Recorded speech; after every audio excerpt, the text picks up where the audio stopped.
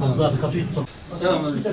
Aleykümselam. Hoş bulduk. Allah razı olsun. Hoş geldiniz.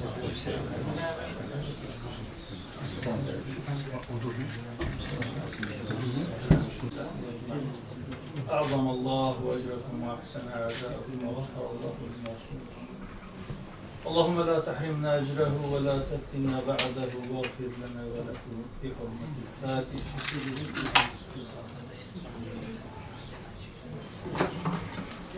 Perşembe, Cuma,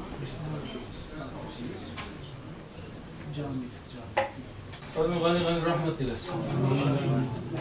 Allah-u Teala mekanı cennet makamını âli eylesin inşallah. Rabbim geride kalanlara hayırlı ömürler ihsan eylesin. Hocam biz de aileleri